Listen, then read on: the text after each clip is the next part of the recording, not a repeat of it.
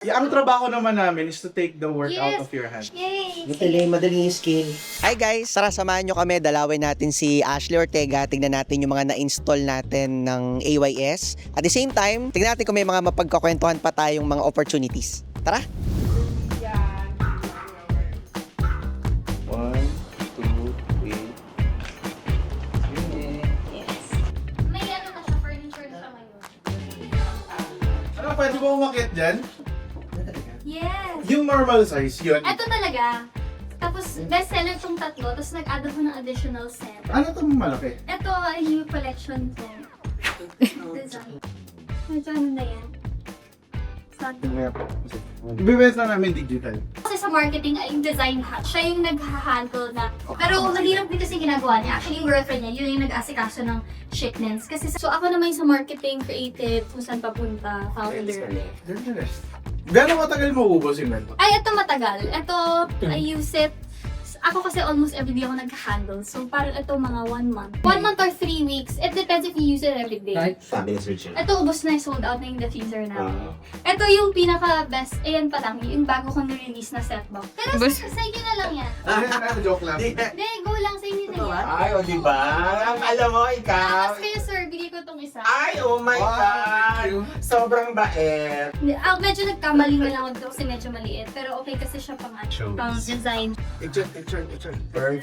Actually, even if you charge premium dito, kasi hindi siya utility kaya pinibili. It's because of the novelty. Yes, actually, it's tinali namin yung price. Ito kasi 1,199 namin nagbebenta. Maraming bumibili, pero yung mga fans nag-request, kaya naglabas ako ng mini version. Magkano? Ito, 899. Sobrang mabenta nito. Pero on margin, ano yung mas malaki sa price? Actually, bababa costing ko dito. Ito medyo mataas kasi may lid. Ang difference kasi ito walang lid. Make sure ko kasi Ano measurement nito? Yes, this is 300 grams. This is 200 grams na wax. Tapos walang lid. So, di ba bago lang siya?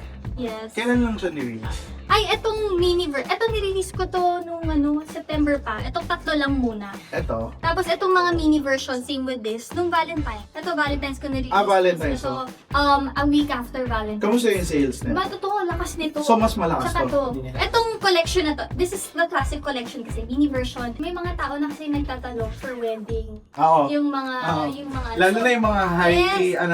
Parang may mga pag-giveaway. nagtatanong na gusto nila bumili ng 50 pieces for wedding. Ito yung parang mas inaano ko kasi Romeo and Juliet. Tapos, actually, nag-start na kami mag-bazaar. Sumali kami sa estancia. Ang laki ng namin, kinita namin. Meron na ako maliit na carte. Tapos, ayun, actually, lahat sila mabenta. Sa TikTok shop, almost every may bumili. Nakakailang peso. Actually, sa TikTok shop, nung Christmas, naglabas kami. 50 stocks nilabas namin. Na-sold out agad in few hours. Pero, siguro in a day, nakakabenta kami ng 10. Nung nilabas to, how many sales on the first month? Yung 3 days booth namin, nakumabot kami ng tapos that's a total In sales? Yeah. Lahat na yun, actually for both.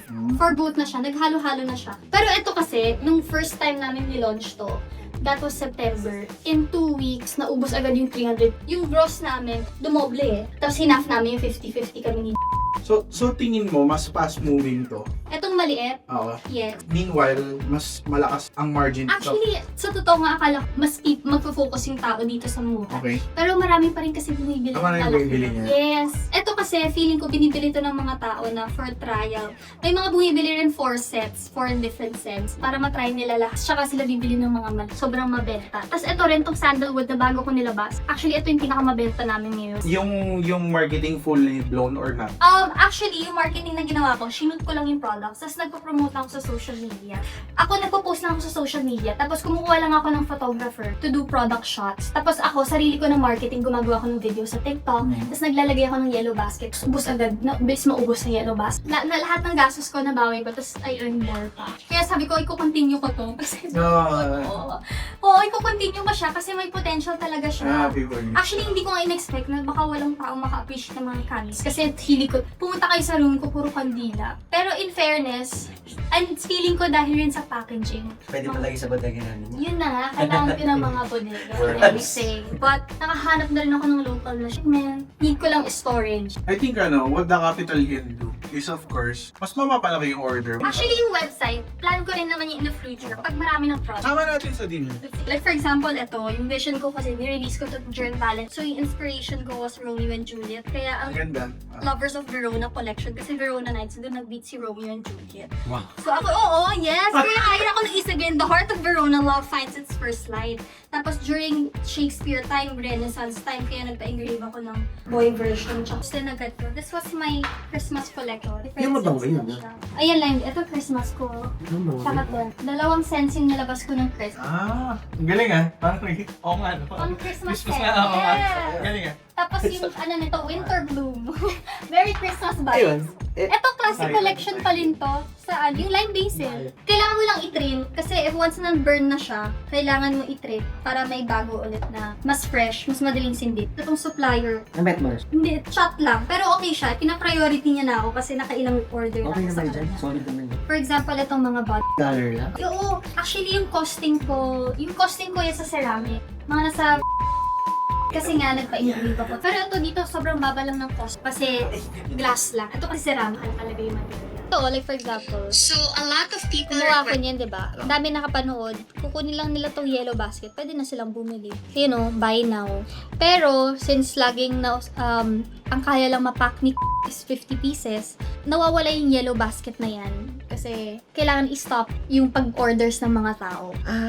Oo. So it can be bigger pa sana. Oo. Alam mo, yun nga yung naging problem ko nung nilaunch ko yung mga mini versions. Ang dami ng comments. Naubos, sold out na agad. Tapos sabi niya, oh my gosh, Asha, I didn't sleep the whole day. Kahit mga 12 a.m., 1 a.m., may mga nag-order. Gusto ko yung may content na gumagawa ng candles lang and everything. We're looking for the continuity. Hey guys, for example, ito, pinost ko lang itong video. Itong Christmas collection.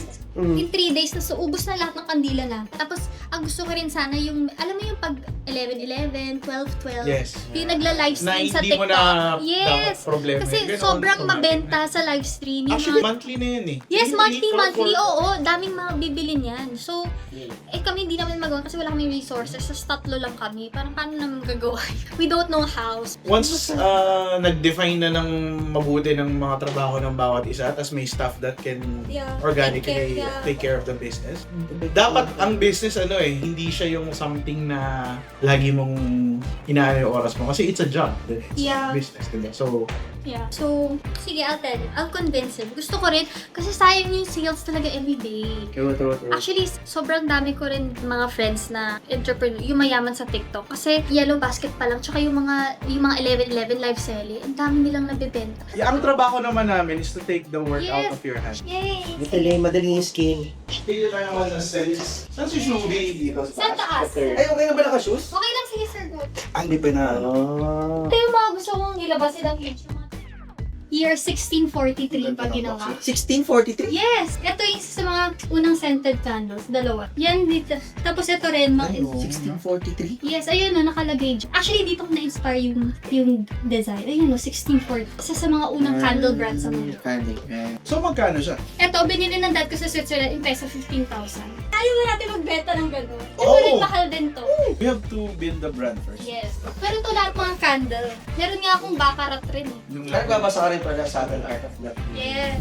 So, ayun guys, we just met with Ashley. So, napakaganda na kanyang bahay. Nakita rin natin yung mga na-install doon ng mga Kanzen products na AYS ang nag-install. At ang maganda, meron pa tayong mga napag-usapang mga business opportunities. Abangan nyo yung mga developments natin sa opportunities na yan. And hopefully, magkaroon tayo ng partnership with Miss Ashley Ortega.